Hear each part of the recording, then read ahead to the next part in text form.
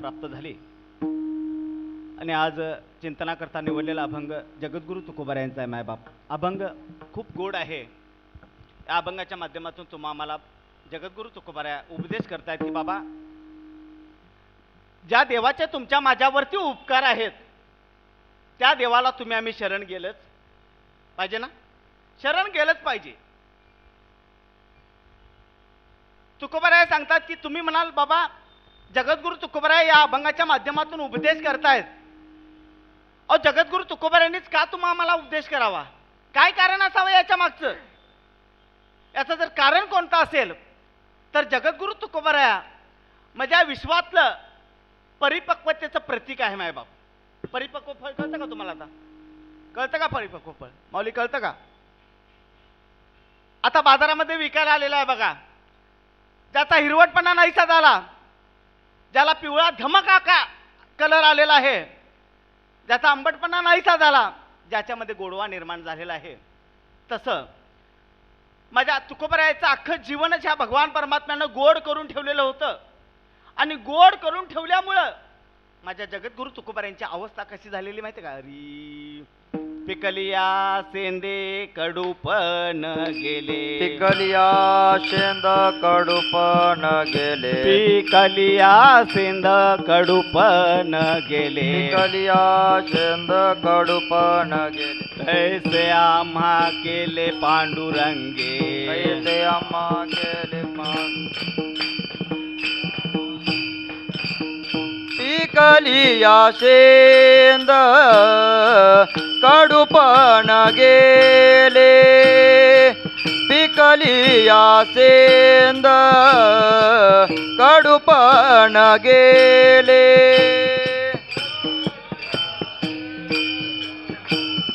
कडूपण गेले पिकलिया से कडूपण गेले, पिकलिया शेंदे कडूपण गेले, पिकलिया शेंदे कडूपण गेले.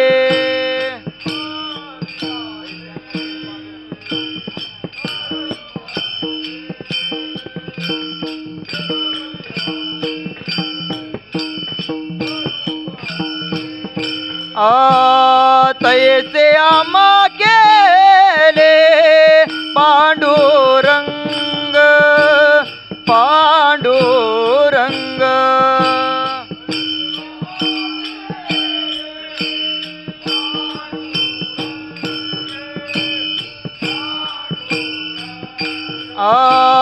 तैसे आम्हा केले पांडुरंगे, पांडुरंगे.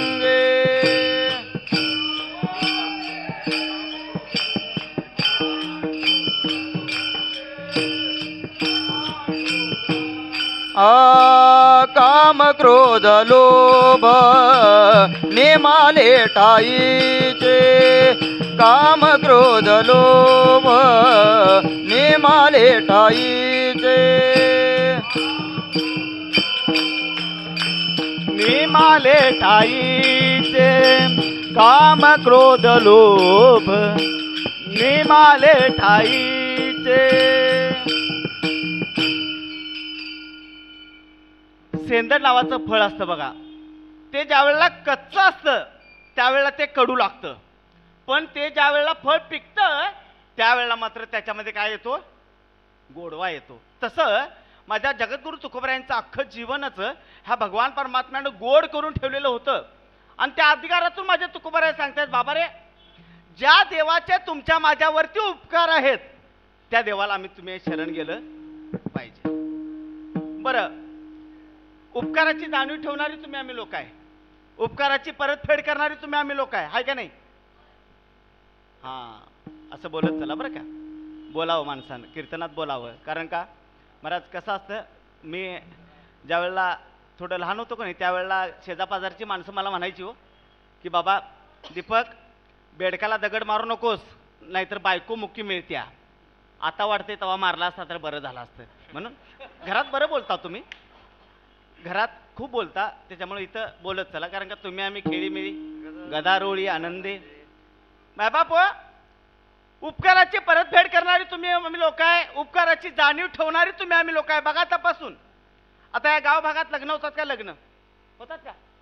माना तरी हलवा बरं का, होतात ना? कुणाचे होतात लग्न? मायबाप माता म्हातारींची, हां, तरुण मुला मुलींची लग्न होतात. मग लग्न झाल्यानंतर काय होतं माहिती आहे का? लग्न झाल्यानंतर त्या मुलाचा बाप काय करतो? प्रत्येकाच्या घरटी पत्रिका देतो. प्रत्येकाच्या घरटी पत्रिका देतो. शेजारच्या गावामध्ये एखाद्याचा जिव्हाळ्याचा पाहुणा असला तर त्यालाही आग्रहाचं निमंत्रण पत्रिका देतो. लग्न ठरलेलं आहे, लग्नाची तारीख ठरलेली आहे, सुंदर असा मांडव घातलेला आहे. लग्नाला येत असताना शेजारच्या गावातला जिव्हाळ्याचा पाहुणा काय करतो माहिती आहे काय? लग्नाला येत असताना एक 10,000 किमतीचा फ्रीजच प्रेझेंट म्हणून घेऊन येतो ना. ज्यानं फ्रीज घेतला आपल्याला त्यानं आपलं नाव रेडियममध्ये कोरलेलं असतं.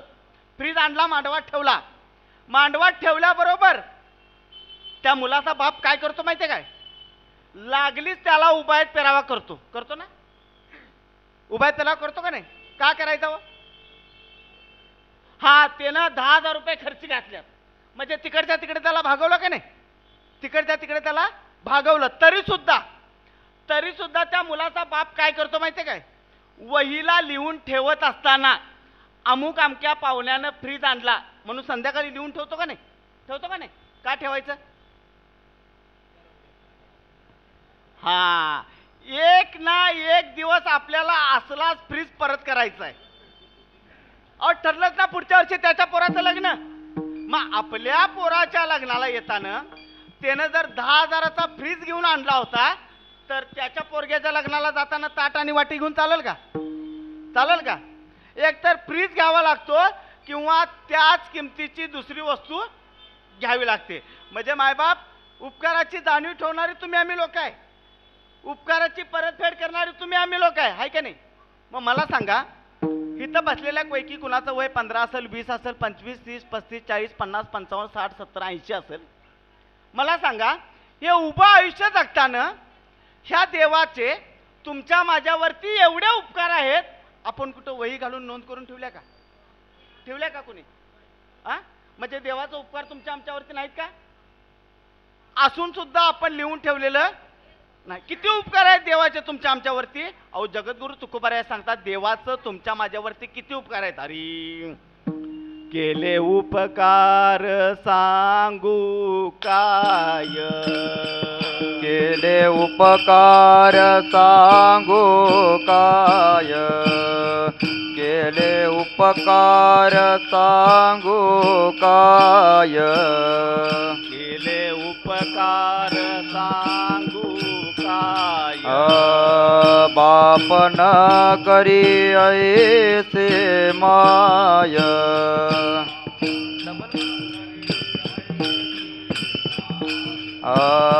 धर्मे त्यांच्या देखियले पाय,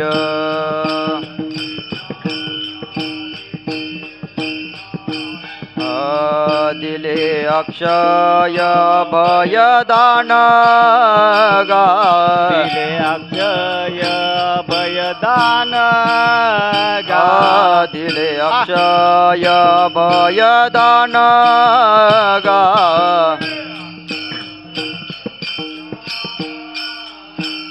मनवोनी आलो या देशा, मनवोनी आलो या देशा, मनवू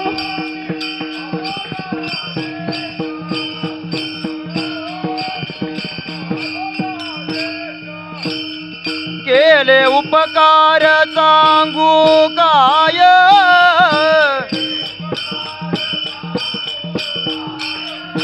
बाप न करी ऐसी माय,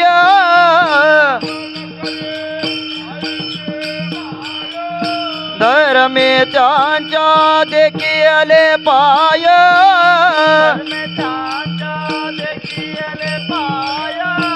दिली अक्षय भयदान गा, म्हणवोनी आलो या देश, मनवूनी आलो या देशा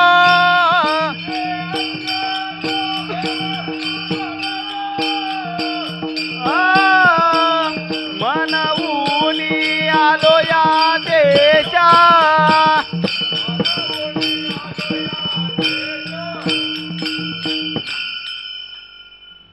तुकोबराय काय सांगतात बाबा, केले उपकार सांगू काय, बाप न करी ऐसे माय, धर्मे त्यांच्या देखी येले पाय, दिले अक्षय अभय दानगा. म्हणजे मायबाप आई वडील सुद्धा आपल्यावरती एवढे उपकार करत नाही, एवढे उपकार आपल्यावर देवाचे आहेत. आपण कुठं नोंद करून ठेवली नाही महाराज, आपण कुठं नोंद करून ठेवली नाही महाराज. पण बघा तपासून, अहो ह्या जगतात कायच नव्हतं, कायच नव्हतं. त्यावेळेला एकटा देव होता. कोण होतं? एकटा देव होता. मग एकट्या देवाला एकटं राहणं बरं वाटलं नाही, म्हणून ह्या देवानं हे पृथ्वी निर्माण केली. ही पृथ्वी निर्माण केली, खाली पृथ्वी आहे. भगवंताला वाटलं की बाबा ह्याच्यावर एखादा मंडप असावा, ह्याच्यावर एखादा मंडप असावा, म्हणून माझ्या भगवान परमात्म्यानं भला मोठा मंडप घातला. किती मोठा मंडप घातला मायबाप? किती खांबाचा? बिगर खांबाचा. मायबाप आकाश रूपी मंडप घातला. खाली पृथ्वी आहे, वरती आकाश आहे, मध्ये अंधार पडला. मध्ये अंधार पडला. भगवंताला वाटलं इथं कुठंतरी प्रकाशाची गरज आहे, म्हणून भगवान परमात्म्यानं अहो भला मोठा मर्क्युरी लावलाय. किती मोठा? सूर्य नावाचा मर्क्युरी लावला. सूर्याच्या उष्णतेनं माणसं होरपळून जातील, माणसं मरून जातील. इथं कुठंतरी वायूची झुळूक असावी, म्हणून भला पट्टा उषा कंपनीचा फॅन बसवलाय महाराज. फॅन दिसत नाही, पण वारं थांबलंय का? आणि वारं थांबलं तर भावकी गोळा होत्या. बरोबर आहे ना? म्हणजे हे सगळं देवानं बनवलंय, हे सगळं देवाचा उपकार तुमच्या माझ्यावरती आहेत. म्हणून तुकोबाराय सांगतात मनवूनी शरण जावे. पहिला मुद्दा, देवाचं तुमच्या माझ्यावरती उपकार आहेत, म्हणून त्या देवाला काय? शरण जायचं. बरोबर आहे, त्या देवाला शरण जायचं. पहिला मुद्दा. दुसरा मुद्दा, कोटी रुपयाचा नरदेह भगवान परमात्म्यानं आपल्याला फुकट दिलाय. दिलाय की नाही? काय पैसे घेतला जन्माला येताना टेबला खालनं? नाही. कोटी रुपयाचा 83,99,999 जीवदशा तुम्ही आम्ही भोगल्यात. आणि सगळ्यात शेवटी म्हणतोय मी, सगळ्यात शेवटी हा कोटी रुपयाचा नरदेह तुम्हा आम्हाला भगवान परमात्म्यानं दिलाय. नुसता देह दिला नाही, नुसता देह देऊन थांबला नाही देव. देवाची दया किती आहे बघा मायबाप. देव एवढा दयावंत आहे, एवढा दयावंत आहे मायबाप. देवा एवढी दया आपल्यावर अजून कोणीच केली नाही. देव सोडला तर आपल्यावर दया करणाऱ्या जगाच्या पाठीवर कोण नाही. बरोबर आहे? जगाच्या पाठीवर तरी आपल्यावर कोण नाही महाराज.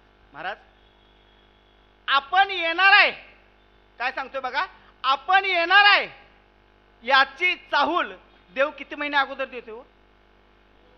बरोबर आहे, 9 महिने अगोदर देतोय. पण मला सांगा, आपण जाणार आहे याची चाहूल देव 9 सेकंद सुद्धा देत नाही. ही आपल्यावर केलेली दया आहे देवानं. देवानं केलेली ही दया आहे मायबाप.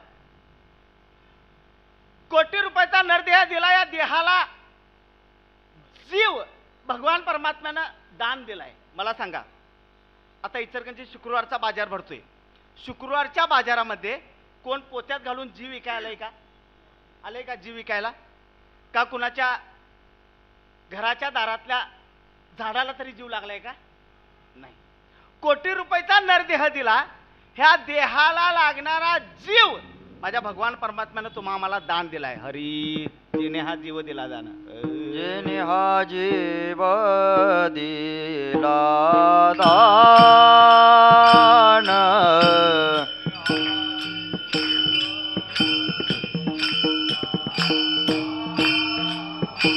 हा जिने हा जीव दिला दान,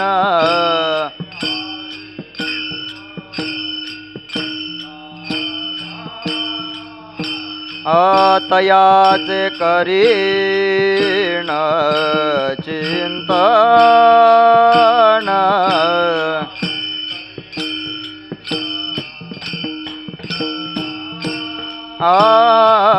तयाचे करीन चिंतन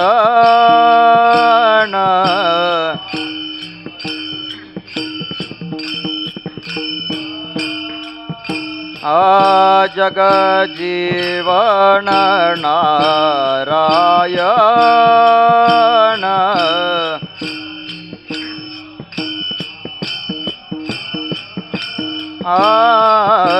जग जीवन नारायण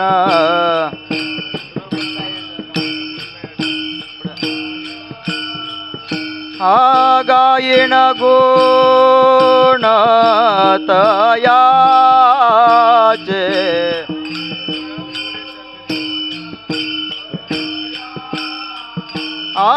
गायिन गुण तयाचे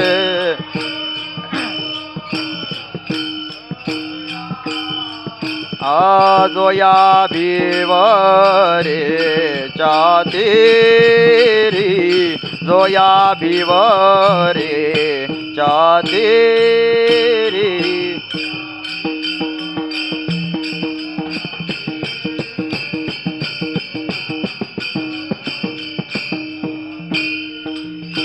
जेने हा जीव दिला दान जेने हा जीव दिला दान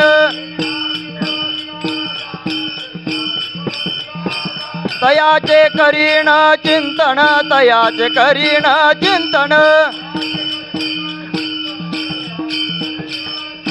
जग जीवन नारायण जग जीवन नारायण गायन गुण तयाचे जोया भिव तिरी जोया भिवरे चातिरी जोया भिवरे चातिरी जोया भिवरे चातिरी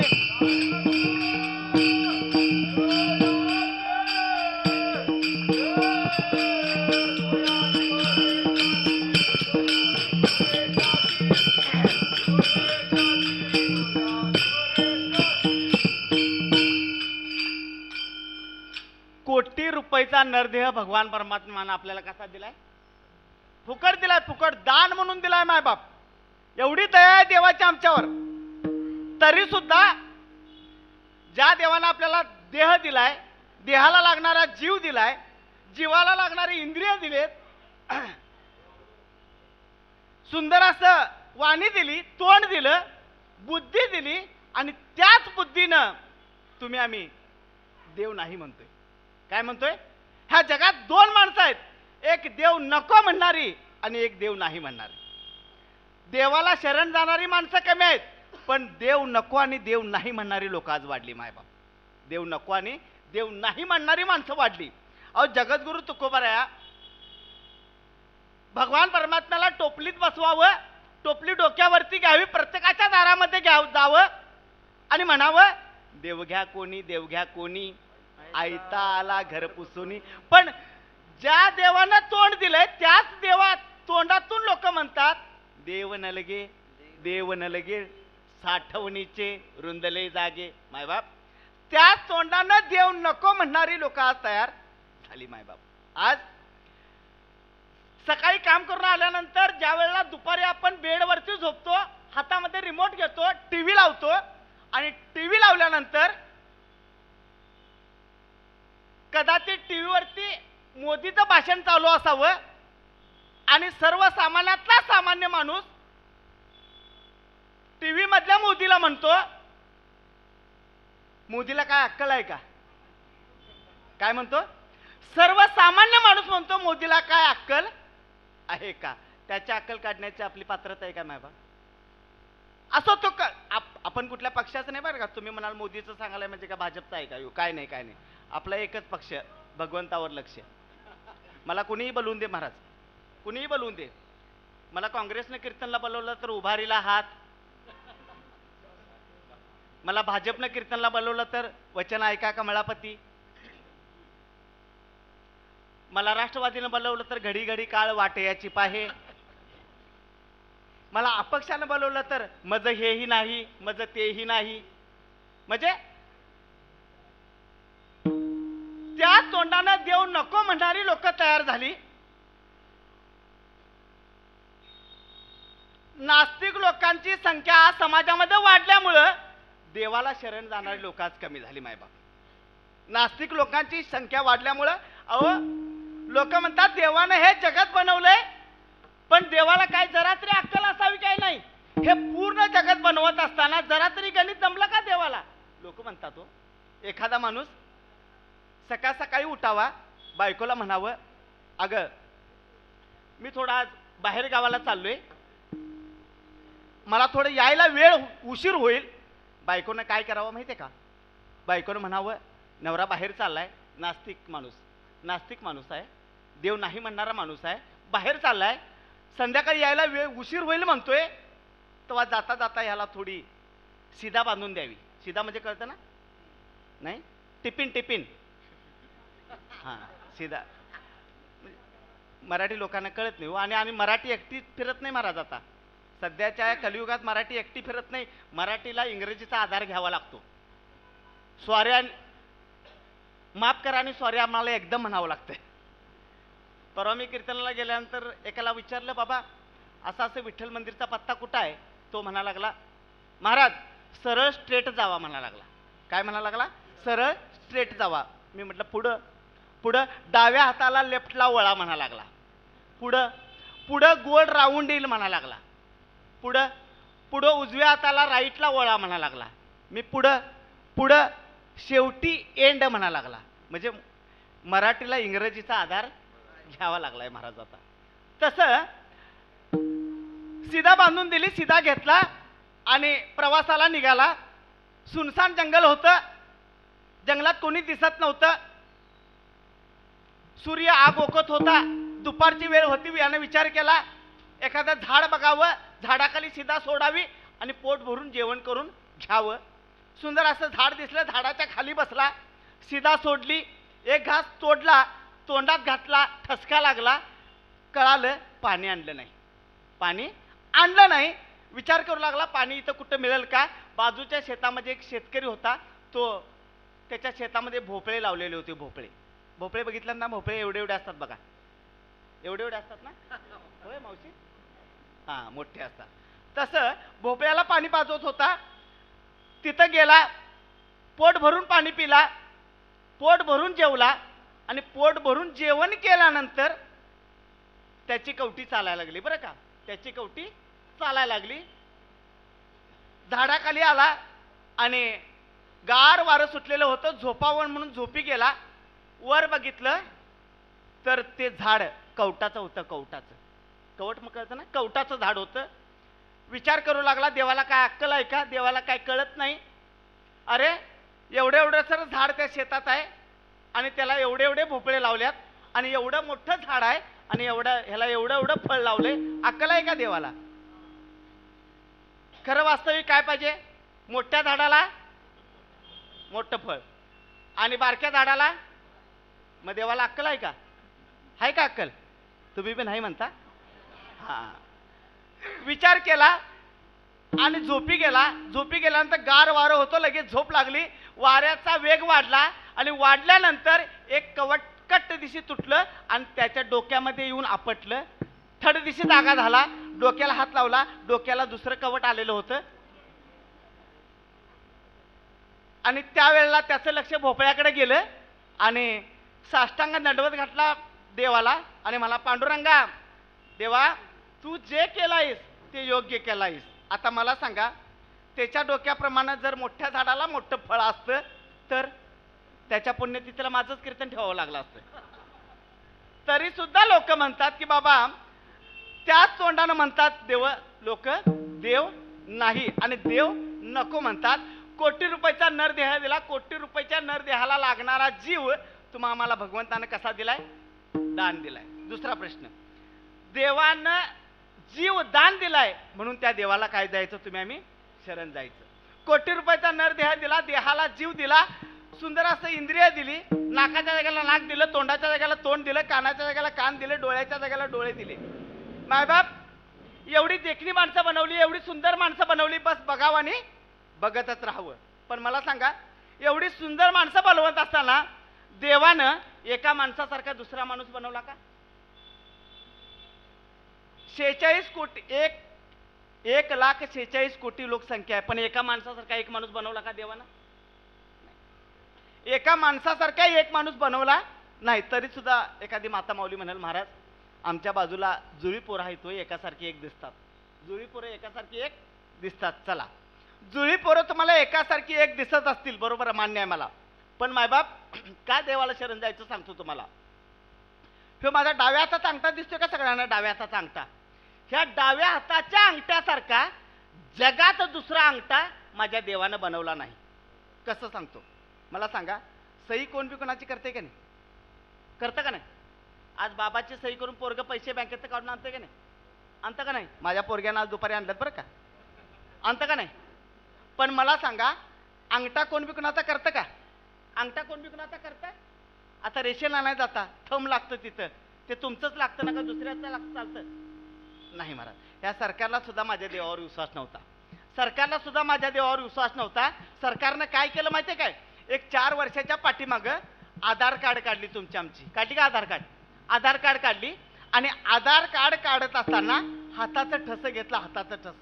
हाताचं ठसं घेतलं आणि या सरकारनं काय केलं? ह्या भारतातल्या सगळ्या लोकांचं हाताचं ठसं एकामेकाला जुळवून बघितलं. मायबाप हो, ह्यांच्या बाला सुद्धा एका हाताचा ठसा दुसऱ्या हाताला जुळला नाही. एवढ्या जागेत काय जादू केली असेल? एका अंगठ्यासारखा, इचलकरंजीत सांगत नाही मी, गावभागात सांगत नाही, इचलकरंजीत सांगत नाही, कोल्हापूर जिल्ह्यात सांगत नाही, एका अंगठ्यासारखा जगात दुसरा अंगठा माझ्या देवानं बनवला नाही. काय म्हणावं माझ्या देवाला? हरी चतुरातो शिरोमणी, चतुरातो शिरोमणी, चतुरातो शिरोमणी, चतुरातो शिरोमणी, चतुरातो शिरोमणी, चतुरातो शिरोमणी, चतुरातो शिरोमणी, चतुरातो शिरोमणी. गुण लावण्याची खाणी, गुण लावण्याची खाणी, गुण लावण्याची खाणी, गुण लावण्याची खाणी, गुण लावण्याची खाणी, गुण लावण्याची खाणी, गुण लावण्याची खाणी, गुण लावण्याची खाणी. मुकुट सकळा मणी, मुकुट सकळा मणी, मुकुट सकळा मणी, मुकुट सकळा मणी, मुकुट सकळा मणी, मुकुट सकळा मणी, मुकुट सकळा मणी, मुकुट सकळा मणी. धन्य तोची विठोबा, धन्य तोची विठोबा, धन्य तोची विठोबा, धन्य तोची विठोबा. चतुरातो शिरोमणी, चतुरातो शिरोमणी, चतुरातो शिरोमणी, चतुरातो शिरोमणी, चतुरातो शिरोमणी, चतुरातो शिरोमणी, चतुरातो शिरोमणी, चतुरातो शिरोमणी.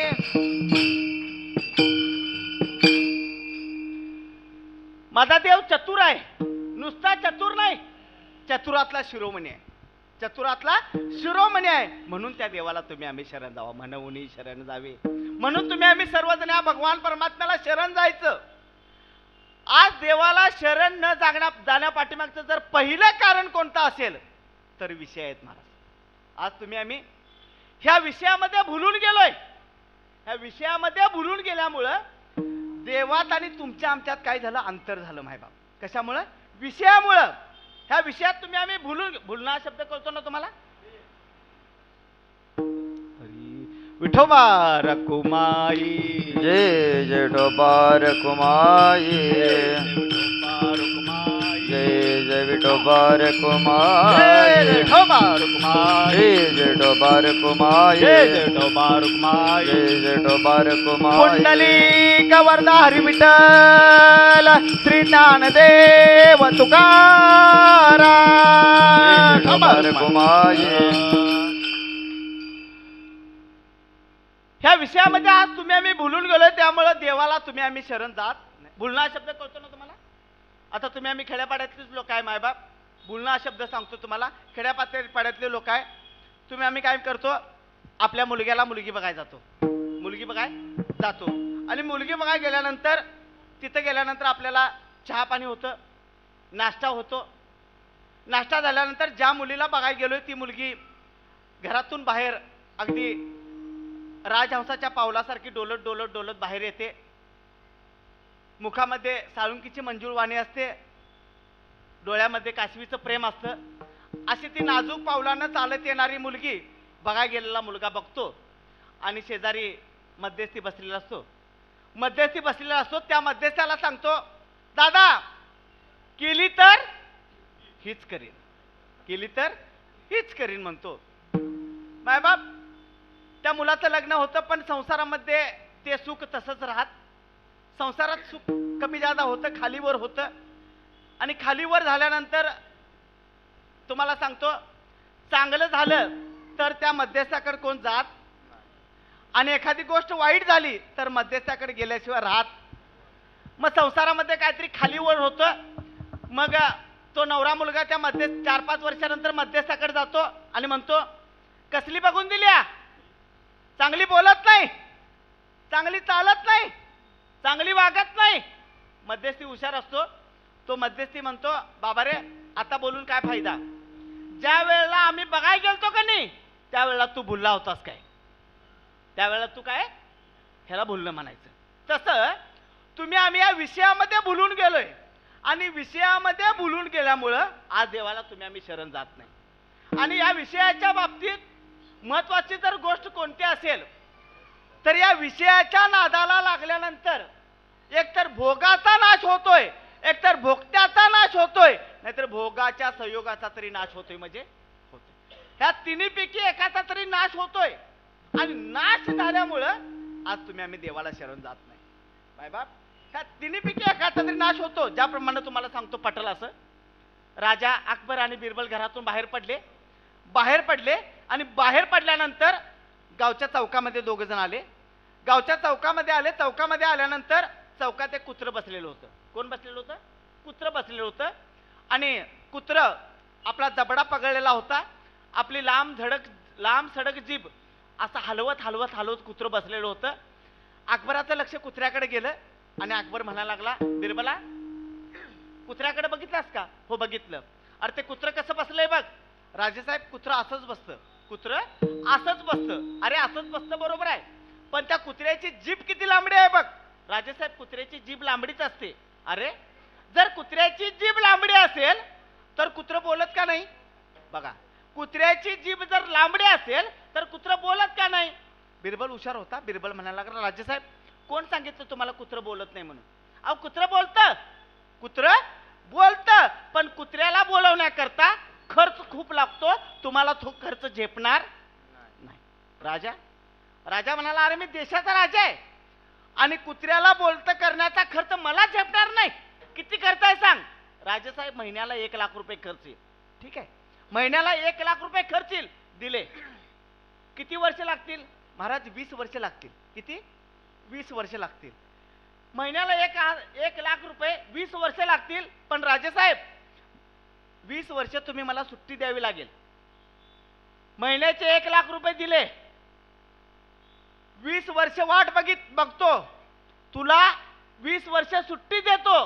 पण लक्षात ठेव बिरबला लक्षात ठेव, 20 वर्षानंतर जर कुत्रं बोललं नाही तुला जिवंत मारून टाकेन.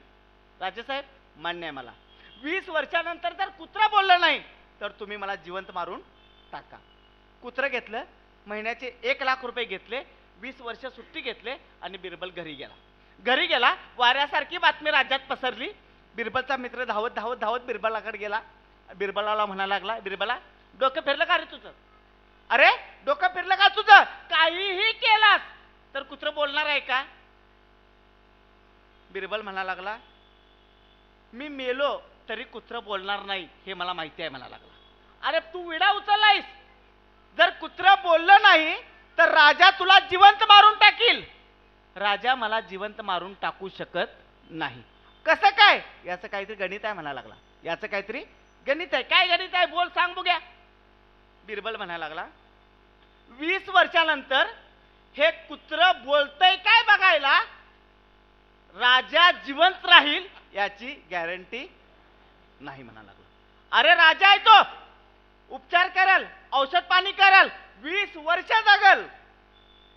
बिरबल म्हणा लागला, राजा 20 वर्ष जगला, मी 20 वर्ष जगीन याची गॅरंटी नाही.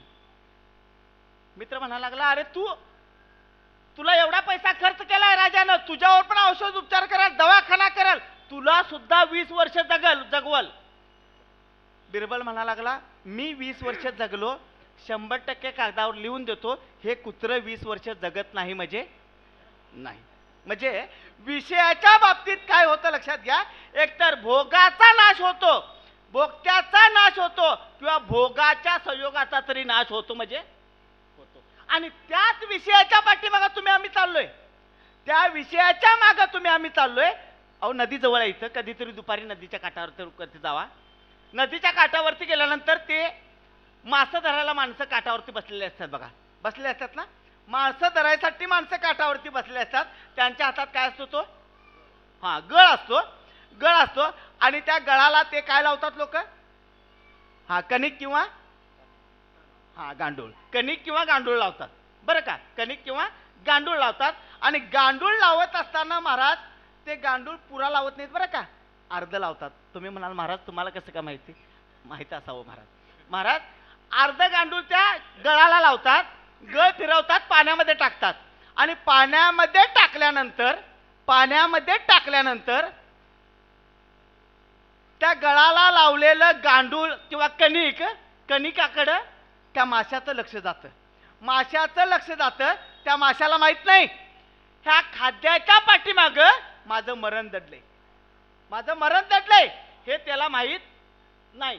तरी सुद्धा तो मासा पोहत त्या गळाकडे जात असतो. त्यावेळेला मायबाप ते अर्ध लावलेलं गांडूळ असतं का नाही, अर्ध लावलेलं गांडूळ त्या माशाला सांगत असतं बरं का, सांगत असतं. काय सांगत असतं ऐका, मैं आधा हुआ हूं तेरे लिए. काय म्हणते, मैं आधा हुआ हूं तेरे लिए, तू मत आ मेरे लिए, तू आएगा मेरे लिए तो ऊपर बैठा है तेरे लिए. ऐकत नाही, ते ऐकत नाही, धावत येतं आणि त्या खाद्याला गिळतं आणि गिळल्यानंतर काय होतं बघा, अरे आविसाची ये आशा गळगिळी मासा, आयुष्याची आशाचा गळगिळे मासा, आविसाची आशा गळगिळी मासा, आविसाची आशा गळगिळे मासा, फुटोनिया घसा मरण पावे, सोनिया घसा मरण माझे, सोनिया घसा मरण माझे, आविसाची आशा गळगिळी मासा, आविसाची आशा गळगिळी मासा, आविसाची आशा गळगिळे मासा, आविसाची आशा गळगिळे मासा, आविसाची आशा गळगिळी मासा, आविसाची आशा गळगिळी मासा, आविसाची आशा गळगिळे मासा, आविसाची आशा गळगिळे मासा, फुटोनिया घसा मरण पावे, फुटोनिया मरण माझे, फुटोनिया घसा मरण पावे, फुटोनिया घसा मरण माझे, आविसाची आशा गळगिळी मासा, आविसाची आशा गळगिळी मासा, आविसाची आशा गळगिळे मासा, आविसाची आशा गळगिळे मासा. अविसाची आशा गळगिळी मासा फुटून या घसा मरण पावे. आज माशाला घसा फुटून मरावं लागलं, याचं जर पहिलं कारण कोणतं असेल तर विषयाच्या मागं लागला. विषयाच्या मागं लागला. तसं आज तुम्ही आम्ही विषयाच्या मागं लागलोय. अहो तुमचं आमचं सोडा. अहो देवाच्या बायकोला सुद्धा विषयानं सोडलं नाही. देवाच्या बायकोला सुद्धा विषयानं सोडलं नाही. ज्या वेळेला माझ्या सीतामाता पर्णकुटीत बसल्या होत्या आणि पर्णकुटीत बसल्यानंतर रत्नानं जडलेलं सोन्यानं मडलेलं हरिण समोरून धावत जाताना बघितलं. कुणी बघितलं? कुणी बघितलं? हा, सीतामातेने बघितलं. सीतामातेने बघितलं. रामप्रभूंना बोलून घेतलं आणि सांगितलं, प्रभू ह्या हरणाच्या कातड्याची मला चोळी शिवून पाहिजे. चोळी शिवून पाहिजे म्हटल्यानंतर रामप्रभूंनी लक्ष्मणाला बोलवलं आणि लक्ष्मणाला सांगितलं, लक्ष्मणा मी हरणाच्या पाठीमागे धावत चाललोय. काय? मी हरणाच्या पाठीमागे धावत चाललोय. परत येईपर्यंत पर्णकुटी सोडायची नाही आणि सीतामातेला सोडायची नाही. आज्ञा कोणाची होती? रामाची आज्ञा होती. बघा, ज्यांनी ज्यांनी आजपर्यंत देवाची आज्ञा पाळली त्यांना आयुष्यभर सुख भोगावं लागलं. लक्ष देऊ नाही का? ज्यांनी ज्यांनी देवाची आज्ञा पाळली त्यांना आयुष्यभर सुख भोगावं लागलं आणि ज्यांनी ज्यांनी देवाची आज्ञा मोडली त्यांना आयुष्यभर दुःख भोगावं लागलं. लक्ष्मणाला ना इलाजास्तव आज्ञा मोडावी लागली. लागली की नाही? मोडावी लागली. पुढे काय भोगावं लागलं? दुःख भोगावं लागलं. आणि अर्जुनानं प्रत्येक आज्ञा देवाची पाळली, आयुष्यभर सुख भोगलं अर्जुनानं. अहो देवानं भलती आज्ञा म्हणजे नको ती जरी आज्ञा दिली तरी त्या आज्ञेचं पालन माझ्या अर्जुनानं केलं.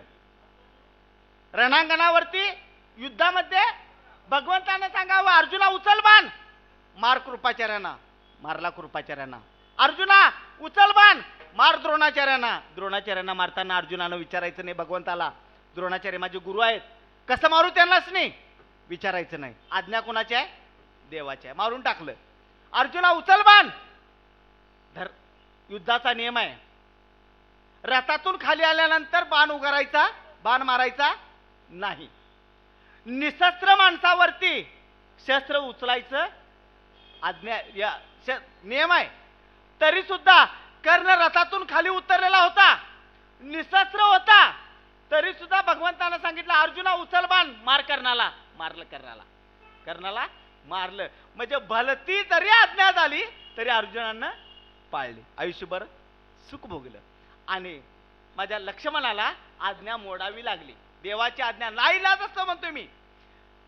रामप्रभू हरणाच्या पाठीमागे धावतायत आणि धावता धावता धावता बाण ओढला आणि अचूक बाण त्या हरणाला लागला आणि हरणाला लागल्याबरोबर ते हरण मूळ रूपात आलं. मारीच नावाचा राक्षस त्या हरणामधून प्रगट झाला. मारीच नावाचा राक्षस प्रगट झाला आणि प्रगट झालेला राक्षस रामप्रभूंच्या आवाजामध्ये ओरडू लागला. सीते धाव, लक्ष्मणा धाव. आवाज कुणाचा होता? आवाज रामाचा होता, पण काढणारा कोण होता? राक्षस होता. शिव आवाज ऐकला दोघांनी. कुणी? लक्ष्मणाला आणि सीतामातेने दोघांनी आवाज ऐकला आणि सीतामातेने सांगितलं, लक्ष्मणा माझं कुंकू अडचणीत आहे, आताच्या आता जावा आणि रामप्रभूंना वाचवा. लक्ष्मण सांगत होता, वहिनी हा आवाज माझ्या देवाचा नाही. बघा बरं का फरक. स्वतःच्या नवऱ्याचा आवाज बायकोला ओळखता आला नाही, पण देवाचा आवाज भक्तानं ओळखलेला होता. लक्ष्मण सांगत होता, हा आवाज माझ्या देवाचा नाही. तरी सुद्धा लक्ष्मणाला पाठीमागे जावं लागलं. पुढे काय घडलं माहिती आहे तुम्हाला? तिथं रावण आला आणि सीतामातेला उचलून घेऊन गेल्यानंतर आज सीतामातेनं फक्त चोळीच्या सोन्याची अपेक्षा केलेली होती. आज सीतामाता सोन्याच्या नगरीत होती. होती काय नाही? सोन्याच्या नगरीत होती. तिला सुख होतं का? सुख होतं का? नाही, सुख नव्हतं. का सुख नव्हतं? बाजूला त्रिजटा राक्षसी येऊन बसली. बाजूला त्रिजटा राक्षसी येऊन बसली आणि त्रिजटा राक्षसीनीला सीता मातेनी प्रश्न विचारला. त्रिजटे, सीते, त्रिजटे, आज मी एवढं मोठं दुःख भोगतोय, याच्या पाठीमागचं कारण काय? त्यावेळेला त्रिजटा राक्षसीने सांगायला लागली, तुझ्याकडून 3 चुका झाल्या. तुझ्याकडून 3 चुका झाल्या. पहिली चूक, सोन्याच्या हरणातल्या राक्षसाला तुला ओळखता आलं नाही, पहिली चूक. आणि हरण असताना सुद्धा त्याचा तुला मोह झाला, दुसरी चूक. आणि तिसरी चूक, साधूच्या वेशात आलेल्या रावणाला तुला ओळखता आलं नाही. मायबाप, आज विषयानं देवाच्या बायकोला सुद्धा सोडलं नाही. आज तुम्ही आम्ही विषयाच्या मागे लागल्यामुळं देवाला शरण जाण्यासाठी आपण तयार नाही. पण जगद्गुरु तुकोबाराय सांगतात, बाबारे, ज्या देवाचे तुमच्या माझ्यावरती उपकार आहेत, ज्या देवानं कोटी रुपयाचा तुम्हाला नरदेह दिलाय, या नरदेहाला लागणारा जीव दिलाय, त्या देवाचे तुमच्या माझ्यावरती अनंत कोटी उपकार आहेत. म्हणून जगद्गुरु तुकोबाराय सांगतायत, मनवुनी शरण जावे. पण शरण जात असताना कसं जायचं? कसं जायचं सांगितलं जगद्गुरु तुकोबारायांनी की बाबा, भगवंताला शरण जात असताना कायेनं, वाचेनं, मनानं, धनानं, अष्टगुणानं तुम्ही आम्ही त्या देवाला काय जायचं? शरण जायचं. आज भगवंताला कशाची गरज आहे हो? तुमच्या आमच्या कशाचीच गरज नाही भगवंताला. फक्त देव, देव भावाचा भुकेला, हाची दुष्काळ तयाला. आज भगवंताला केवळ आणि केवळ भाव पाहिजे. महाराज, देवाला भाव पाहिजे. देव भावाचा भुकेला, हाची दुष्काळ तयाला. बघा, अंतकरणामध्ये भाव असेल तर जगाच्या बापाला वाकवण्याची ताकद तुमच्या आमच्या अंतकरणामध्ये प्राप्त होते. अंतकरणामध्ये प्राप्त होते, पण भाव पाहिजे. ज्या वेळेला रामप्रभूंचं आणि सीतामातेचं लग्न चालू होतं, रामप्रभूंचं आणि सीतामातेचं लग्न चालू होतं, आणि लग्न चालू असताना रामप्रभूंनी काय केलं? रामप्रभूंनी सीतामातेच्या गळ्यात हार घातला. रामप्रभूंनी सीतामातेच्या गळ्यात हार घातला. आता सीतामातेने रामप्रभूंच्या गळ्यात हार घातला पाहिजे, बरोबर आहे? हार घातल्याशिवाय कार्य सिद्धीला जाणार नाही. पण गंमत काय झालेली सांगू तुम्हाला. रामप्रभू सीतामातेपेक्षा 1 फूट उंच होते. किती? 1 फूट उंच होते. आणि आता ही पट्टीची बाशिंग आल्यात बरं का. अगोदर अशा कळकाच्या 3 कामट्या असायच्या, त्याला 3 गोंडा असायचं, 1 फुटाचं बाशिंग असायचं, बरोबर आहे? 1 फुटाचं बाशिंग असायचं. मग आता 1 फूट उंची वाढली आणि 1 फुटाचं बाशिंग 2 फूट उंची वाढली. 2 फूट उंची वाढली. राम जगाचा बाप आहे. राम जगाचा बाप आहे. तो आपल्या बायको पुढे वाकणार नाही आणि हार घातल्याशिवाय कार्यसिद्धीला जाणार नाही. सगळ्यांना प्रश्न पडला, काय करायचं, काय करायचं, काय करायचं. आता सीतामाता, सीतामाता म्हणजे जगाची आई आहे. जगाची आई आहे. कोण उचलणार सीतामातेंना? कोण उचलणार? खरं सांगू तुम्हाला, ही उचला उचलीची उलट्या काळजाची अवलाद आता आली आहे.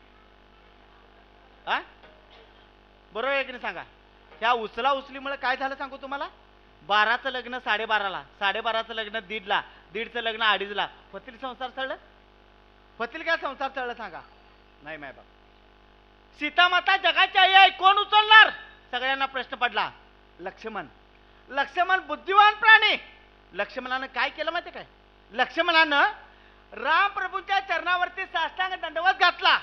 रामप्रभूंच्या चरणावरती साष्टांग दंडवत घातला. त्यावेळेला माझे रामप्रभू वाकले. कुणासाठी वाकले हो? लक्ष्मणासाठी वाकले नाहीत. लक्ष्मणाच्या अंतकरणातल्या भावासाठी वाकले आणि म्हणा लागले, अरे उठ लक्ष्मणा, उठ. लक्ष्मणा उठ म्हटल्यानंतर लक्ष्मणानं सांगितलं, वहिनी आताच हार घाला, राम पुन्हा वाकणार नाही. मायबाप, सीतामातेने हार घातला आणि कार्यसिद्धीला नेलं. आज सीतामातेंचं कार्यसिद्धीला जाण्यामाग जर पहिलं कारण कोणतं असेल तर काय होतं? अंतकरणामध्ये लक्ष्मणाच्या काय होता?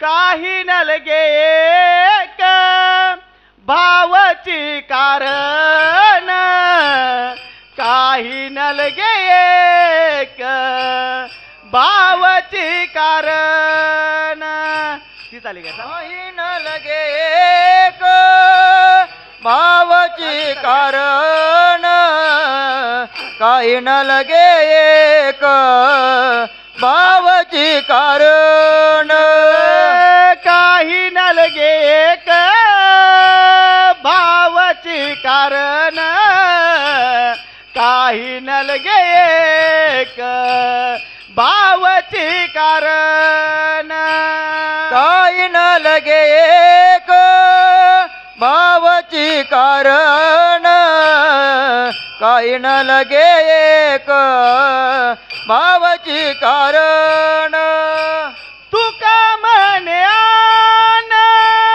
विठोबाची तुका म्हणे आन विठोबाची तुका म्हणे आण विठोबाची तुका म्हणे आण विठोबाची तुका म्हणे आन विठोबाची तुका म्हणे आन विठोबाची तुका म्हणे आण विठोबाची तुका म्हणे आण विठोबाची करता बरोबरी दुरावसी दूरी करता बरोबरी दुरावसी दूरी करता बरोबरी दुरावसी दूरी करता बरोबरी दुरावसी दूरी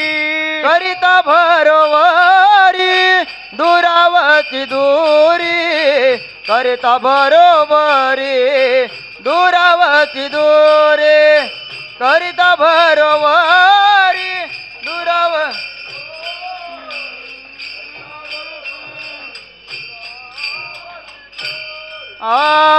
काही न लगे एक भावची कारण तुका म्हणे आण विठोबाची तुका म्हणे आण विठोबाची काही न लगे एक भावची कारण तुका म्हणे आन विठोबाची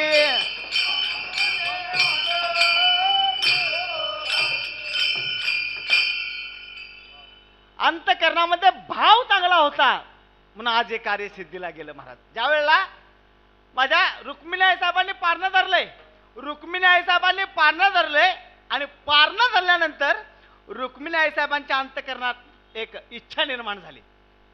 मायबाप इच्छा अशी होती की बाबा पारण्याचा उपवास धरलाय पण पारण्याचा उपवास सोडण्याकरता उद्या सकाळी जगाचा बाप पंढरीश परमात्मा आपल्या घराकडे यावा अशी इच्छा आहे. इच्छा साधी आहे का? इच्छा साधी आहे नाही. जगाचा बाप आपल्या घराकडे यावा इच्छा साधी नाही महाराज. इच्छा साधी नाही. इच्छा बोलून दाखवावी कुणाकडे कुणाला बोलून दाखवावी इच्छा. रुक्मिणी साहेब धर्मराजाकडे गेल्या. धर्मा अंतकरणामध्ये एक इच्छा आहे रे. बोलाय साहेब काय इच्छा आहे? काय नाही. पारण्याचा उपवास धरलाय आणि पारण्याचा उपवास सोडण्याकरता आपल्या घराकडे देव यावा एवढीच इच्छा आहे. धर्मराजा म्हणाला आई डोकं फिरलं का तुझं? आई डोकं फिरलं का तुझं? अगं द्वारका ते हस्तिनापूर हजारो किलोमीटरचं अंतर आहे. आता तिथं जाणं भगवंताला घेणं आणि सकाळी पारण्याचा उपवास सोडण्याकरता घेऊन येणं आई शक्य नाही. धर्मराजाचा प्रश्न संपला. आई साहेब अर्जुनाकडे गेल्या. अर्जुना अंतकरणामध्ये एक इच्छा आहे. बोला आई साहेब काय इच्छा आहे? काय नाही. पारण्याचा उपवास धरलाय आणि पारण्याचा उपवास सोडण्याकरता आपल्या घराकडे देव यावा एवढीच इच्छा आहे. आई द्वारका ते हस्तिनापूर हजारो किलोमीटरचं अंतर आहे. आई माझं घोडं तिथपर्यंत जातील पण परत यायची शाश्वती देणार नाही. नकुल सहदेव बाजूला राहिले. राहता राहिला कोण? कोण राहिला? भीम. हा आई साहेब भीमाकडे गेल्या. भीमाला सांगितलं भीमा अंतकरणामध्ये एक इच्छा आहे. बोलाय साहेब काय इच्छा आहे? काय नाही, पारण्याचा उपवास धरलाय आणि पारण्याचा उपवास सोडण्याकरता आपल्या घराकडे देव यावा एवढीच इच्छा आहे. भीमानं विचारलं, आई पारणं कधी सोडायचं आहे? भीमा, पारणं उद्या सकाळी सोडायचं आहे. आई काहीही काळजी करू नका, उद्या सकाळी पारण्याचा उपवास सोडण्याकरता आपल्या घराकडे देव येणार म्हणजे येणार. धर्मराजानं मध्यस्थी केली. भीमाला म्हणाला, भीमा डोकं फिरलं का रे तुझं? अरे द्वारका ते हस्तिनापूर हजारो किलोमीटरचं अंतर आहे. आता तिथं जाणं, भगवंताला घेणं आणि पारण्याचा उपवास सोडण्याकरता घेऊन येणं शक्य नाही. शक्य नाही. नको ते आश्वासन आईला देऊ नकोस. दादा तू काहीही काळजी करू नकोस, उद्या सकाळी पारण्याचा उपवास सोडण्याकरता आपल्या घराकडे देव येणार म्हणजे येणार. भीमानं सांगितलं, आईसाहेब सकाळी लवकर उठायचं. आईसाहेब सकाळी लवकर उठायचं, सडा संबंधन करायचं, सुंदर अशी रांगोळी घालायची, 5 पक्वानाचा स्वयंपाक तयार करायचा आणि मग मला उठवायचं. अर्जुन पुढे आला. अर्जुन म्हणा लागला, भीमा अरे जेवायचं नाही, जेवायचं नाही, अरे जगाच्या बापाला आणायचंय. दादा काही काळजी करू नको, उद्या सकाळी आपल्या घराकडे देव येणार म्हणजे येणार. आईसाहेब लवकर उठल्या, सडा संबर्धन केलं, सुंदर अशी रांगोळी घातली आणि रांगोळी घातल्यानंतर 5 पक्वानाचा स्वयंपाक सुद्धा तयार केला आणि आईसाहेब भीमाच्या खोलीत गेल्या. भीमाच्या खोलीत गेल्या. भीम डाराडूर झोपलेला होता. भीम डाराडूर झोपलेला होता. भीमाला हलवलं आणि जाग केलं. उठा की माय बाप कैसी लागली झोप. हलवलं, जाग केलं. भीम हडबडून जागा झाला. हडबडून जागा झाला. आईकडे बघितलं. आईला विचारलं, आई सडा सफरचंद झालं, रांगोळी घातली, 5 पक्का. अरे भीमा सगळं काही तयार आहे रे, फक्त आम्ही देवाची वाट बघायला लागलोय. फक्त आम्ही काय करायला लागलोय?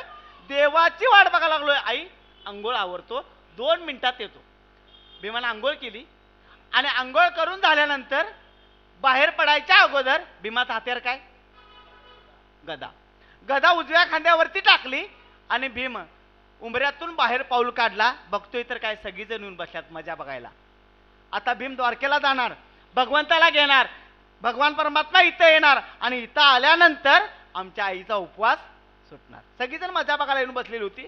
भीम गदा घेतला, बाहेर आला आणि बाहेर आल्यानंतर जिथं सडा सफरचंद केलेलं होतं, सुंदर अशी रांगोळी घातलेली होती. रांगोळीच्या मध्यभागी माझा भीम उभा राहिला. आईला बोलवलं. आईला विचारलं, आई 5 पक्वानाचा स्वयंपाक तयार झालाय ना नक्की? आईनं सांगितलं, हो रे बाळ झालाय तयार. झालाय म्हटल्यानंतर भीमानं गदा डोळ्यासमोर धरली. गदा डोळ्यासमोर धरली. त्या गदेला सांगितलं, गदे आजपर्यंत खूप मोठी मोठी कामं केलीस, आजपर्यंत खूप मोठी मोठी कामं केलीस. आता एक काम करायचं, एक तर मला देवाकडे घेऊन जायचं, नाहीतर देवाला माझ्याकडे घेऊन यायचं. म्हटला गरगर गरगर गरगर गरगर गदा फिरवली आणि गदा आकाशाच्या दिशेने भिरकावली. गदा आकाशाच्या दिशेने भिरकावली. मायबाप जोपर्यंत गदा वर जात होती तोपर्यंत द्वारकेत फोन लागत नव्हता. हो, जोपर्यंत गदा वर जात होती तोपर्यंत द्वारकेत फोन लागत नव्हता. त्या फोनवर फक्त आवाज यायचा, इस रूट की सभी लाईनी व्यस्त आहे म्हणून. मायबाप पण गदा वर जायची थांबली. गदा वर जायची थांबली आणि गदा खाली येऊ लागली. त्यावेळेला मात्र द्वारकेत फोन लागला. ट्रिंग ट्रिंग, हॅलो कोण बोलते? देवा मी गदा बोलते. काय झालं? काय नाही देवा, मी भीमाच्या डोक्यात पडणार आहे. मी भीमाच्या डोक्यात पडणार आहे आणि भीमाच्या डोक्यात जर पडली तर भीम मरणार आहे. भीम मरणार आहे आणि भीमासारखा एकनिष्ठ भक्त तुम्हाला शोधून सुद्धा सापडायचा नाही. मायबाप भगवान परमात्म्यानं द्वारका सोडली. भीमाच्या डोक्यात गदा पडणार. एवढ्यात वरच्यावर भगवान परमात्म्यानं गदा धरली आणि भीमाला सांगितलं, अरे भीमा हाकनाक मेला असतास की रे. भीमाला काय सांगितलं? अरे भीमा हाकनाक मेला असतास. भीमानं सांगितलं, देवा कोणत्या रोगावर कोणतं औषध द्यायचं ह्या पट्ट्याला माहिती आहे म्हणून सांगितलं. मायबाप आज भीमा करता जगाचा बाप धावून आला. काय कारण आहे? निष्ठावंत भाव भक्तांचा स्वधर्म. निष्ठावंत भाव भक्ताचा स्वधर्म. निष्ठावंत भाव भक्तांचा स्वधर्म. निष्ठावंत भाव भक्ताचा स्वधर्म. निर्धार हे वर्म चुकू नये. निर्धार हे वर्म. निष्ठा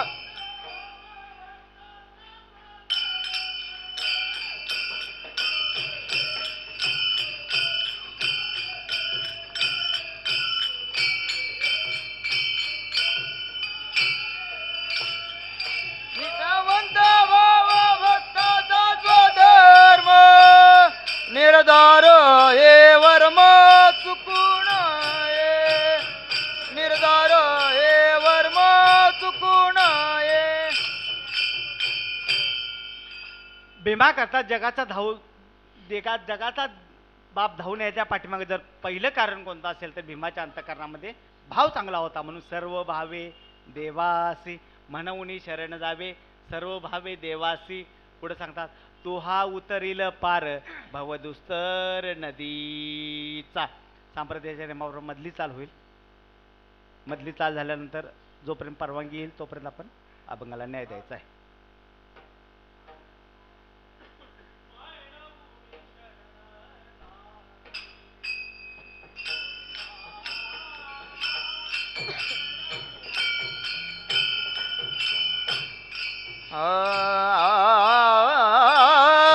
म्हणवोनी शरण जावे,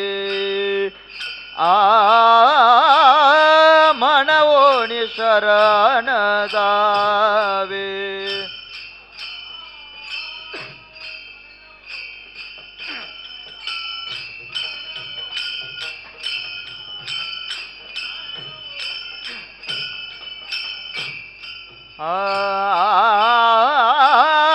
म्हणवोनी शरण जावे, शरण जावे, म्हणवोनी शरण जावे.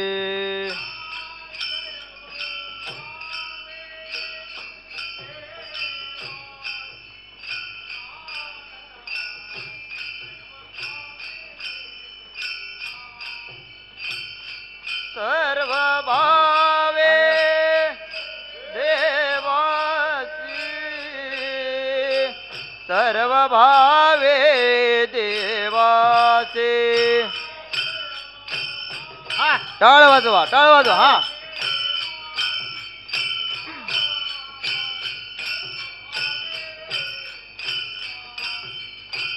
सर्व भावे देवासी, सर्व भावे देवासी. हा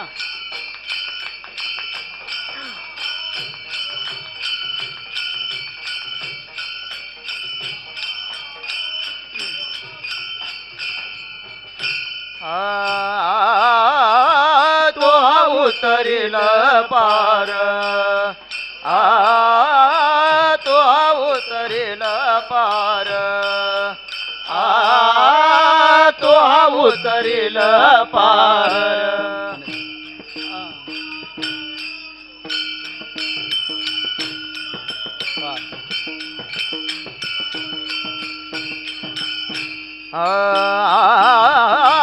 म्हणवोनी शरण जावे, म्हणवोनी शरण जावे, म्हणवोनी शरण जावे.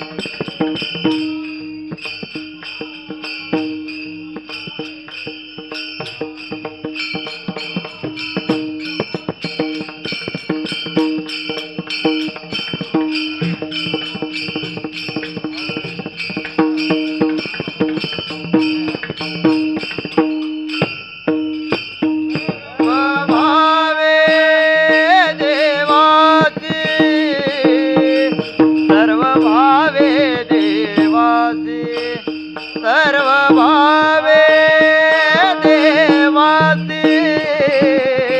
सर्व भावे देवासी.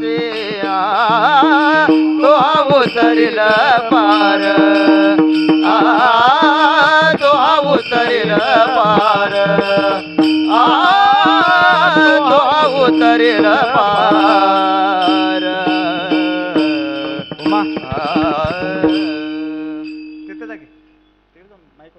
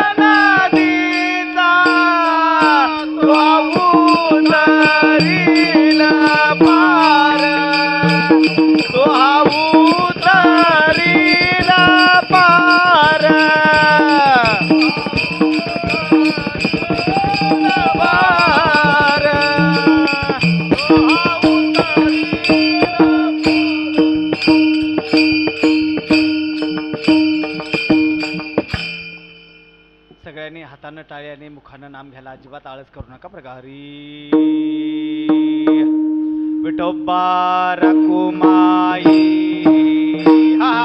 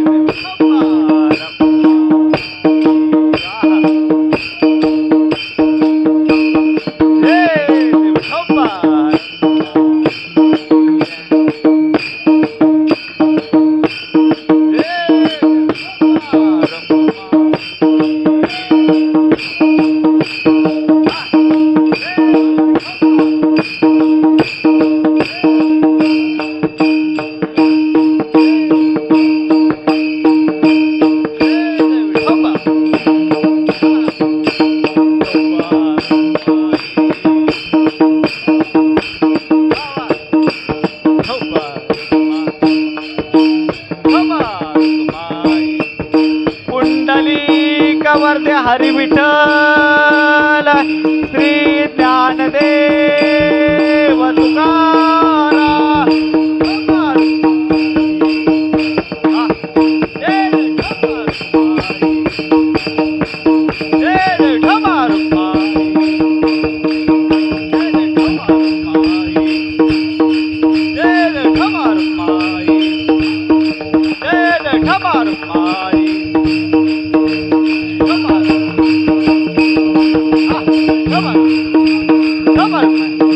पुंडलिक वर्धे हरी विठ्ठल श्री ज्ञानदेव.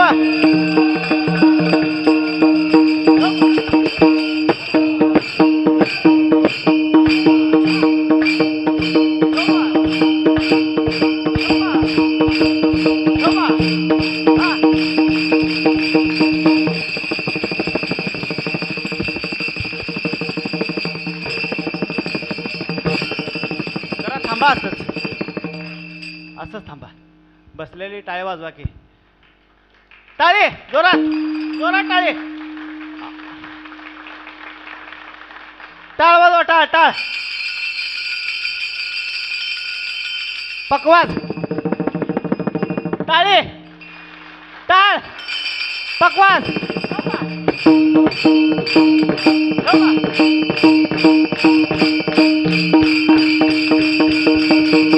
पुंडलिक वर्धे हरी विठ्ठल श्री ज्ञानदेव.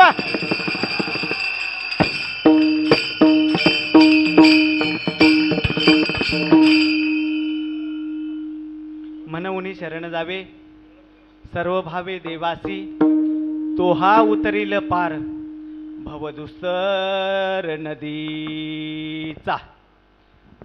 जगद्गुरु तुकोबऱ्या सांगतात की बाबा, कसल्याही भावसागरात आपण गटकाळ्या खात असलो तर त्या भावसागरातून पहिल्या तीराला पोच करणारा एकटा भगवान परमात्मा आहे.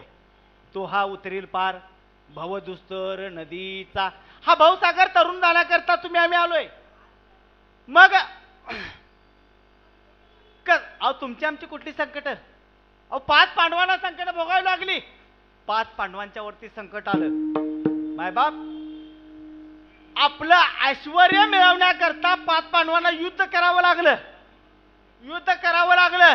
युद्ध करून सुद्धा सुईच्या टोकावरती बसल एवढं सुद्धा राज्य त्यांना मिळालं नाही. मिळालं. जीवनाची लाहीलाही झाली. हो, जीवनाची लाहीलाही झाली. काळजी भगवंताला लागली. काळजी भगवंताला लागली. आणि भगवंतानं विचार केला की बाबा 5 पांडवांच्या जीवनाची लाहीलाही झाली. ह्यांचं मन कुठंतरी रमावं. मन कुठंतरी रमावं म्हणून भगवान परमात्मा 5 पांडवांना घेऊन कालीच्या वनामध्ये गेला. कालीच्या वनामध्ये 5 पांडवांना घेऊन गेला. त्यावेळेला कालीच्या वनामध्ये वसंत ऋतूला बहार आलेला होता. पानं फुलं सगळी बहराला आलेली होती. आणि पुढे भगवान परमात्मा चालतोय, पाठीमागनं 5 पांडव चालतात. आणि जात असताना उजव्या बाजूला एक झाड होतं. एक झाड होतं आणि त्या झाडाला टपोरं फळ लागलेलं होतं. टपोरं फळ लागलेलं होतं आणि ते फळ बघितलं भीमानं फळ बघितलं आणि भीमाची इच्छा झाली की आपण फळ ते खावावं. भीमाची इच्छा झाली की आपण फळ खावावं म्हणून भीमाने काय केलं माहितीये काय? हातात गदा होती गदा वर केली, पिकलेल्या फळाच्या डांपीला धक्का दिला, पिकलेलं फळ टप्प दिशी खाली पडलं. पिकलेलं फळ टप्प दिशी खाली पडलं.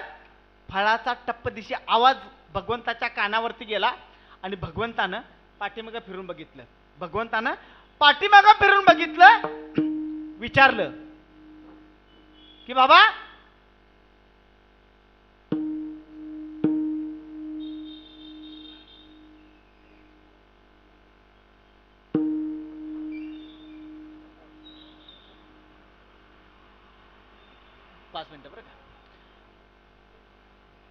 पडलेल्या फळाचा टप्प दिशा आवाज भगवंताच्या कानावरती गेला. भगवंतानं पाठीमागं बघितलं, विचारलं अरे कसला आवाज आला?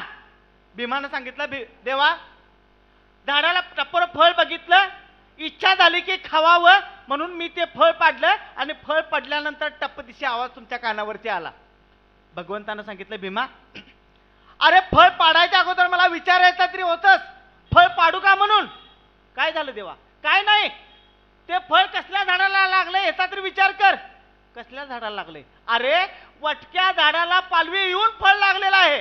काय? वटक्या झाडाला पालवी येऊन फळ लागलेलं आहे. ते फळ सदासजी लागलेलं नाही, त्या फळाच्या पलीकडे जाऊन बघ. ऋषी साधनेला बसलेत आणि ऋषींची साधना चालू असल्यामुळं वटक्या झाडाला पालवी येऊन फळ लागलेलं आहे आणि हे फळ पाडण्याचा दोष तुमच्या नशिबी झालाय. काय करावं लागेल? काय नाही, ते ऋषी साधनेतनं उठायच्या अगोदर हे फळ होतं तसं चिटकवावं लागेल. शक्य आहे? तोडणं सोपं आहे पण जोडणं खूप अवघड आहे. आणि त्यावेळेला फेविक्विक नव्हतं हो. फेविक्विक असतं तर भीमानं चिटकवलं असतं, पण फेविक्विक नव्हतं. काय करायचं प्रश्न पडला. पाच पांडव भगवंताला शरण गेले, म्हणून शरण जावे. 5 पांडव भगवंताला शरण गेले आणि भगवंताला सांगितलं भगवंता ह्याच्यातून आता मार्ग तूच आम्हाला काढ, ह्याच्यातून मार्ग तूच दाखव. 5 पांडव भगवंताला शरण गेले. त्यावेळेला भगवंतानं सांगितलं एक काम करा, 5 पांडवांच्या आयुष्यातली सगळी पुण्याई हिथं अर्पण करा, फळ होतं तसं चिटकेल म्हणून सांगितलं. ठीक आहे. धर्मराजा पुढे आला, आता पाणी घेतलं, संकल्प सोडला, माझ्या आयुष्याची सगळी पुण्य अर्पण करतो, फळ होतं तसं चिटकवावं. मायबाप फळ 2 फूट वर उचललं. अर्जुन पुढे गेला, अर्जुनानं हातात पाणी घेतलं, संकल्प सोडला, माझ्या आयुष्याची सगळी पुण्य अर्पण करतो, फळ होतं तसं चिटकवावं. मायबाप फळ एवढ्या अंतरावर आलं. नकुल, सहदेव, भीम सगळ्यांनी आपल्या आयुष्याची पुण्य अर्पण केली. फळ जिथलं सुटलेलं तिथपर्यंत गेलं, पण फुटभर अंतर शिल्लकच राहिलं. पुन्हा 5 पांडव भगवंताकडे गेले आणि भगवंताला सांगितलं भगवंता फुटभर अंतर शिल्लक राहिलंय रे, काय करायचं? पुन्हा 5 पांडव भगवंताला शरण गेले आणि शरण गेल्यानंतर भगवंतानं सांगितलं एक काम करा, 5 पांडवांचा मोलाचा हिस्सा अजून द्रौपदी आहे, द्रौपदीला पुढे बोलवा आणि आपल्या आयुष्याची पुण्य अर्पण करायला सांगा, फळ होतं तसं चिटकेल. ठीक आहे. द्रौपदी पुढे आली, हातात पाणी घेतलं, संकल्प सोडला, माझ्या आयुष्याची सगळी पुण्य अर्पण करतो, फळ होतं तसं चिटकवावं. मायबाप फळ वर तर गेलंच नाही, जिथपर्यंत गेलतं तिथनं टप्प दिशी खाली पडलं. धर्मानं वागणाऱ्या, नीतीनं जगणाऱ्या 5 पांडवांचे डोळे लाल भडक झाले. द्रौपदी थरथर कापायला लागली. अरे माझ्या आयुष्यामध्ये असा कोणता दोष घडलाय की धर्मानं वागणाऱ्या, नीतीनं जगणाऱ्या 5 पांडवांना आज खाली मान घालावी लागली? भगवान परमात्मा पुढे आला आणि भगवंतानं विचारलं द्रौपदी तुझ्या आयुष्यामध्ये असा कोणता दोष घडलाय की 5 पांडवांना आज इथे खाली मान घालावी लागली? द्रौपदी म्हणायला लागली देवा मला आठवत नाही. द्रौपदी भगवंताला शरण गेली, म्हणून शरण जावे. देव भगवंताला शरण गेली आणि शरण गेल्यानंतर भगवान परमात्म्यानं आपला उजवा हात द्रौपदीच्या मस्तकावरती ठेवला आणि द्रौपदीच्या मस्तकावरती ठेवल्यानंतर द्रौपदीचं कॉम्प्युटर रिव्हर्स फिरायला लागलं. द्रौपदीचं कॉम्प्युटर रिव्हर्स फिरायला लागलं. आयुष्याचा 7-12 तिच्या समोर आला आणि 7-12 समोर आल्यानंतर द्रौपदीनं भगवंताला सांगितलं, भगवंता मला आठवलंय, भगवंता मला आठवलंय. भगवंतानं सांगितलं, द्रौपदी इथं तुला सांगावं लागेल, इथं तुला सांगावं लागेल, असा तुझ्या आयुष्यामध्ये कोणता दोष घडला की धर्मानं वागणाऱ्या नीतीनं जगणाऱ्या 5 पांडवांची पुण्याई माती मोल झाली. सांगावं लागलं, सांगणं भाग पडलं. द्रौपदी सांगायला लागली, देवा देवा मी 4 दिवसाची रजेश्वरा होते, 4 दिवसाची रजेश्वरा होते. 5व्या दिवसाची डोक्यावरून आंघोळ केलेली होती, 5व्या दिवसाची डोक्यावरून आंघोळ केलेली होती आणि डोक्याचं केस वाळवण्यासाठी मी राजवाड्याच्या गॅलरीत उभी होते, राजवाड्याच्या गॅलरीत उभी होते. त्याच वेळेला समोरून एक धडधड धडधड धडधड धडधड धडधड धडधड असा रथ चाललेला होता. त्या रथाचा आवाज माझ्या कानावरती आला आणि माझं लक्ष त्या रथाकडे गेलं. त्यावेळेला त्या रथामध्ये एक राजबिंडा तेजपुंज देह बघायला मिळाला. कोण होता तो? 5व्याचा 6वा कर्ण होता. त्यावेळेला द्रौपदीच्या मनात फक्त विचार आला, बरं का, द्रौपदीच्या मनात फक्त विचार आला, मला 5 पती आहेत, 5 नवरा आहेत, तरी सुद्धा ह्यो 6वा असता तर हिची सेवा केली असती. केली नाही, बरं का, केली नाही. फक्त दोषाचा विचार मनात आला तर धर्मानं वागणाऱ्या नीतीने जगणाऱ्या 5 पांडवांची पुण्याई माती मोल गेली. आम्ही फक्त आपलं तपासून बघायचं, त्या भानगडीत पडायचं नाही. मायबाप बघा, द्रौपदीला भगवंताला विचारलं, द्रौपदी तुझ्या आयुष्यामध्ये एकच दोष घडलाय ना? होय देवा, माझ्या आयुष्यामध्ये एकच दोष घडलाय. एक काम करायचं द्रौपदी, तेवढा एक दोष वजा करायचा, राहिलेलं पुण्य इथं अर्पण करायचं, फळ होतं तसं चिटकेल. द्रौपदी पुढे आली, हातात पाणी घेतलं, संकट सोडला, न जाणो माझ्या हातून एक दोष घडलेला आहे, तेवढा एक दोष वजा करतो, राहिलेलं पुण्य इथं अर्पण करतो, फळ होतं तसं चिटकवावं. मायबाप फळ होतं तसं चिकाटलं, पण दोषाच्या परिणामामुळं फळ उरपाट चिकाटलं, फळ उरपाट चिकाटलं. त्या फळाचं नाव जांभूळ. जांभळाला दोन्हीकडे देठ आहेत बघा, त्यामुळे एखादं धरली, सोमवार धरला, शनिवार धरला तर जांभूळ फळ आपण खायचं नाही. दोषाच्या परिणामामुळे लागलेलं फळ आहे ते. मला सांगा, 5 पांडवांना एवढं मोठं संकट आलं, संकटातनं बाहेर कोणी काढलं?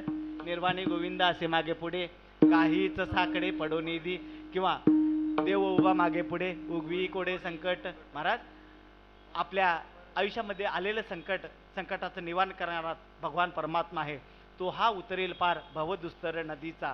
3ऱ्या चरणात सांगतात, बहु आहे करुणावंत अनंत हे नाम ज्या. भगवान परमात्मा करुणा आहे, करुणावंत आहे. नुसता करुणावंत नाही, करुणेचा सागर आहे माझा देव, करुणांचा सागर आहे महाराज.